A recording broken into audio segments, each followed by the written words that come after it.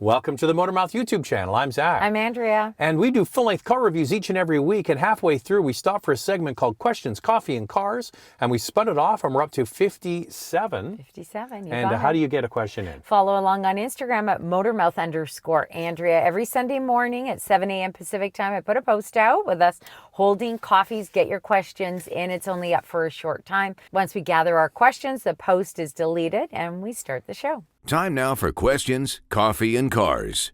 Your questions from Instagram. Can you rust-proof an EV or plug-in hybrid? I got to say, I get asked this question a lot. You know, people want to know, can you do this? So I don't think I would keep an EV long enough for it to rust. yeah, I guess it depends where you live. Personally, Yeah. I would be leasing an EV. Yeah, I would definitely leasing an EV. I would definitely lease an EV. Okay, so I did a little research. This article was actually in the Globe and Mail in Canada. Rust proofing can take anywhere from 3 to 7 hours and cost up to $700 for the first application. Crown does a lot of rust proofing. That's really the most popular one that people will go And to. Rust Check and Crown are the two big ones in Canada. And the only ones I recommend, by the way. A number of manufacturers said that rust proofing can void a warranty.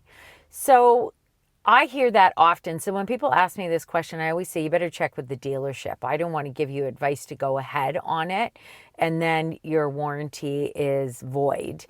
So I dug a little further, and VW's Thomas Tetzlaff, the manager of public relations at Volkswagen Canada, says your Volkswagen model is corrosion protected from the factory. You don't need rust proofing. For customers seeking additional corrosion protection from outside parties, application of this product on our EVs or conventional vehicles will not itself impact the warranty. However, if the cause of any future corrosion or other component failure is deemed to be the result of either the product applied or the method in which it was applied, such as drilling holes in the vehicle to apply the product, Volkswagen Canada will have the right to reject the warranty claim. And Volkswagen is not alone. Other manufacturers also said that if anything like that affects the vehicle, then the warranty is void. But if you do rust proofing, it doesn't void the warranty unless there's an issue. All right, so what they do is they drill holes here and there in the car. Yeah. Which, I mean, is a bit of a leap of faith, right? And then they put a probe in and they spray the rust protection in. And you're supposed to go annually to get it protected. And this stuff works. It really works. I got a friend of mine in Ontario and he keeps his cars forever and he gets it rust checked every year and they look like brand new. But when you have somebody putting a hole in your car, that opens the door for the manufacturer to say, well, we don't like that, so we're not going to cover it. You can, here's a get around. A couple of things. Wash your car regularly. I know it's a pain in the ass in the winter because of slush and all that kind of stuff. Yeah. Wash your car regularly. And you can go in Canada, the big auto retailer is Canadian Tire. Yeah. You can buy cans of Rust Check at Canadian Tire, and what you want to do is you want to spray it on the bottom of the doors, on the inside of the wheel wells, the bottom of the trunk lid, underneath the hood, all the areas where you see rust really affecting vehicles. You can spray it on inside edges of wheel wells and do that at the beginning of the winter, maybe partway through the winter. It's not expensive, so it's not the deep penetrating inside, but it's going to give you at least some protection. And in the winter, when there's lots of snow and there's salt on the road, maybe go to a place that you can power wash the vehicle to keep it as clean as possible. Do not get that brush with the tricolored foam. You've seen it. You know those car wash places? Use the spray gun, clean inside the wheel wells and all of the areas where salt will sit. But leave that brush with the tricolored foam. That is just going to scratch the hell out of your paint. I see people use that and I'm like, please don't do that. I know you said that to Charlie when he goes. Do not use the brush. use the brush. Yeah. So get a couple of cans of the Rust Check, spray it in all those areas. You can do it yourself if you're worried about that. Or just lease it and give it back. Yeah, could do that too. Love the show. Thank you. I'm looking at changing my Ford Galaxy here in Ireland. I'm not quite sure what to get next. I've been looking at the Mercedes GLB as I would still like to have the option of 7 seats.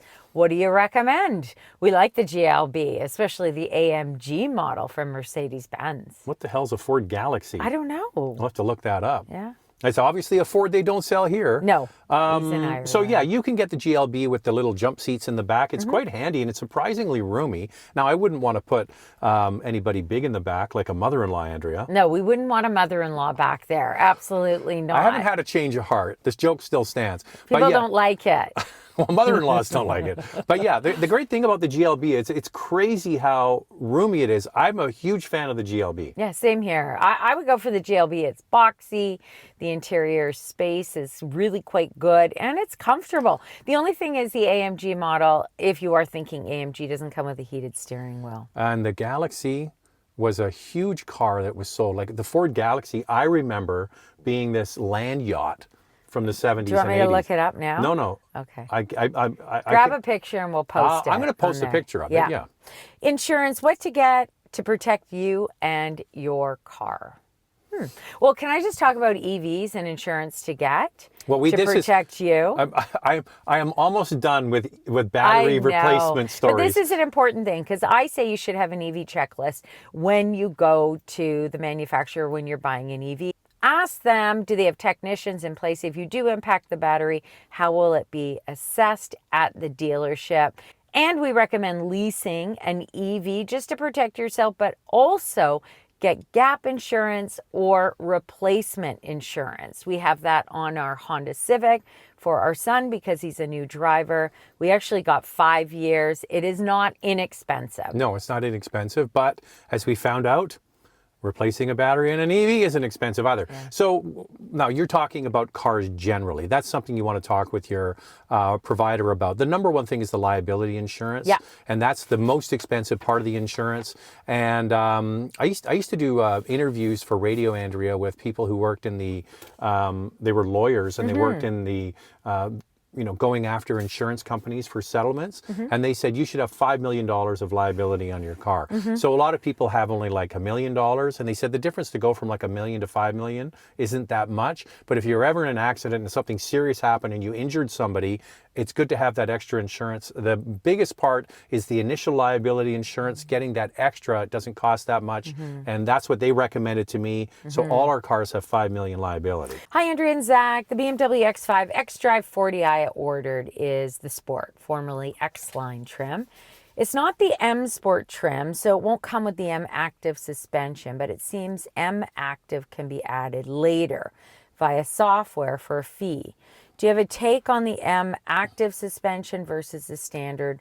Also, your clear-eyed and sensible take on the 45E, that's the plug-in hybrid, was what convinced me to order the 40i. Is your overall take improved on the 50E and is it different?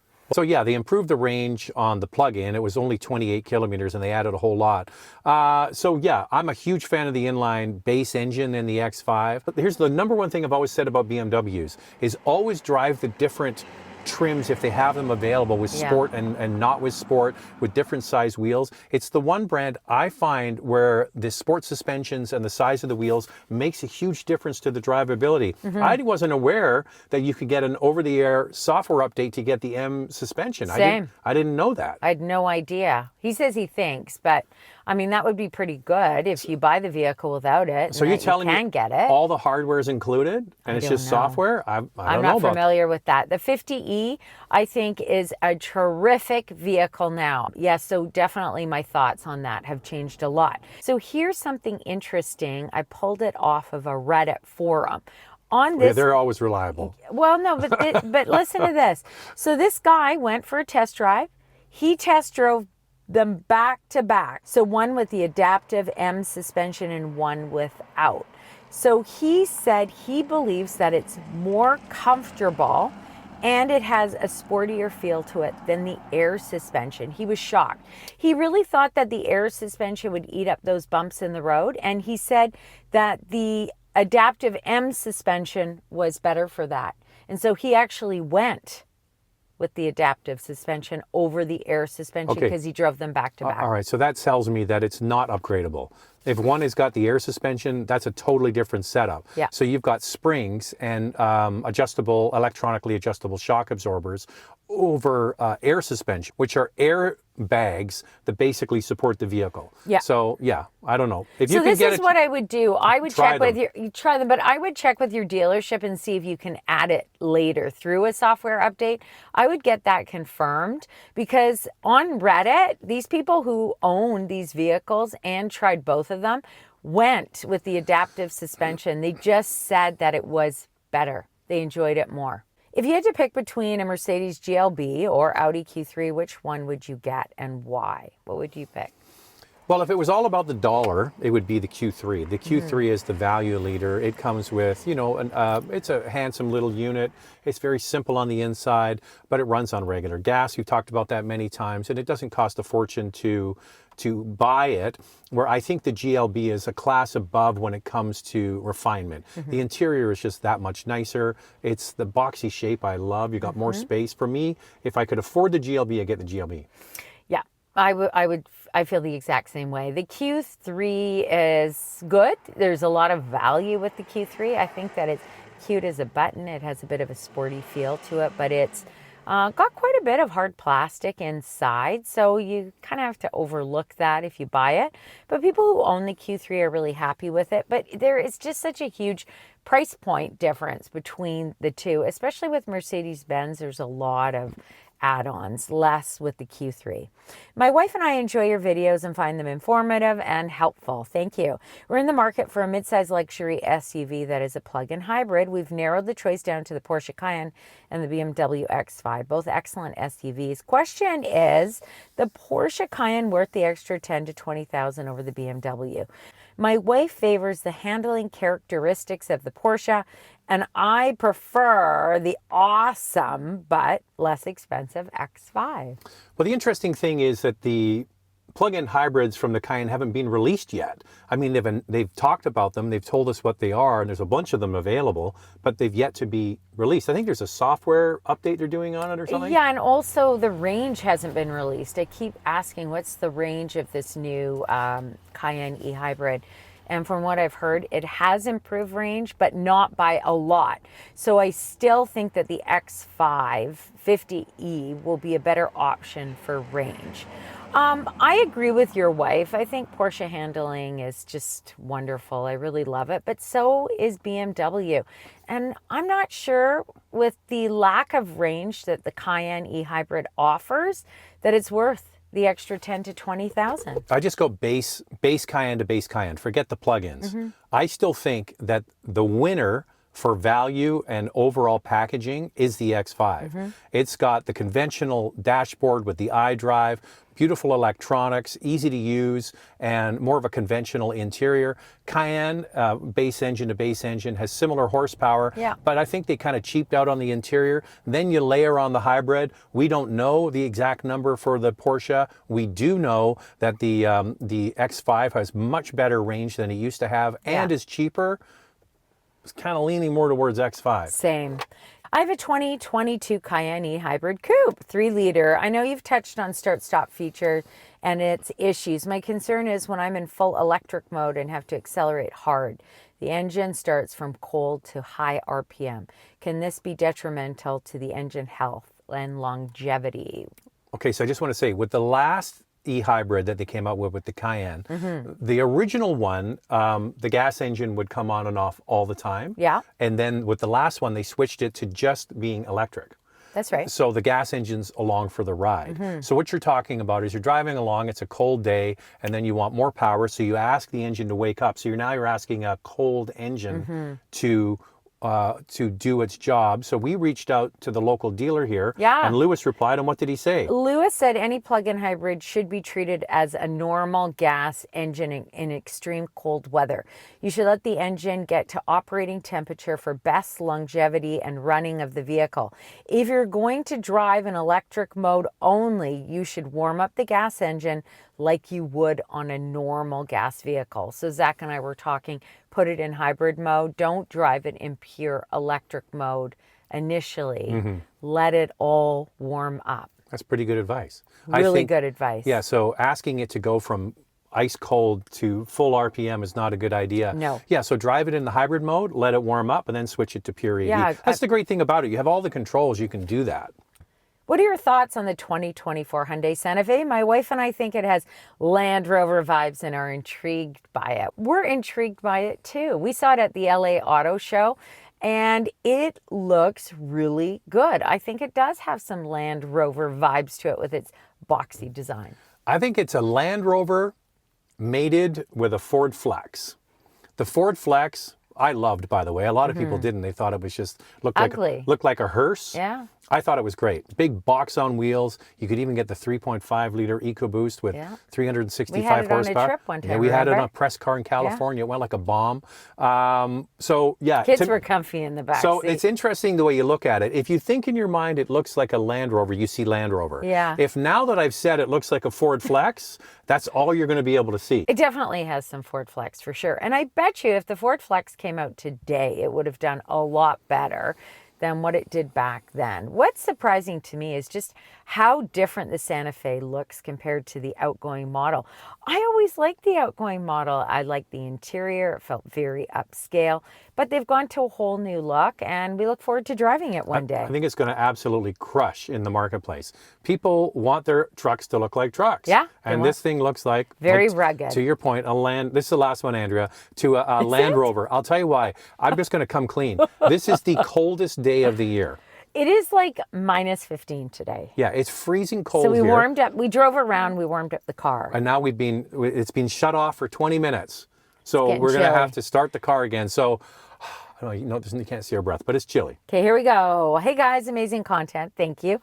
I've noticed that most manufacturers, excluding Toyota, Lexus, and Honda, do not have any hybrid vehicles. Based on the number of hybrids I see on the road, shouldn't manufacturers like BMW and Mercedes make hybrid cars because of how popular they are instead of going full electric? Okay, so Acura, for example, Mercedes-Benz, BMW, are really focusing on pure EVs. However, Mercedes-Benz and BMW do offer plug-in hybrids. They do not offer hybrids, so you have to plug them in. Acura is going straight to pure electrification, so pure EVs. The only premium or luxury brand that offers a true hybrid is still Lexus. They offer that. I would suspect that the reason that they don't do it with the luxury BMW and Mercedes brands is they still want that performance. And with a CVT based hybrid system, you're not getting that really. No. So they still have the ability to have electrification, lots of power, and they charge a premium for it because when you add the gas engine and the electrification together, you actually get more power. Yeah. So that's what they are. They're luxury brands, and that's what they're offering. So that's the way they do it. And Infiniti will go to a pure EV as well. They're not going to be offering hybrids or plug-in hybrids. I actually like the plug-in hybrids. You kind of get the best of both worlds. I think that they're more difficult to produce as they have, an electric motor, and then you've also got the gas engine, so it's a little bit more complicated and it can get up there in price, but I like them a lot. If they offer pretty good range, I mean, the way I drive, I'd have a clean drive almost every day unless I was going on a road trip. So that's just the way it is. We're not having a clean drive now, hon. We're cranking over the engine. Start it up. It's freezing in here. Anyway, thanks for watching. If you want to get a question and follow along on Instagram at motormouth_Andrea every Sunday morning. Yes, at 7 a.m. Pacific time, I put a post out once we gather all of our questions. The post is deleted and we start the show. Thanks for watching. Pray for us. We might not make it. We do live in Vancouver. We are wimpy in the cold, for sure. Yeah.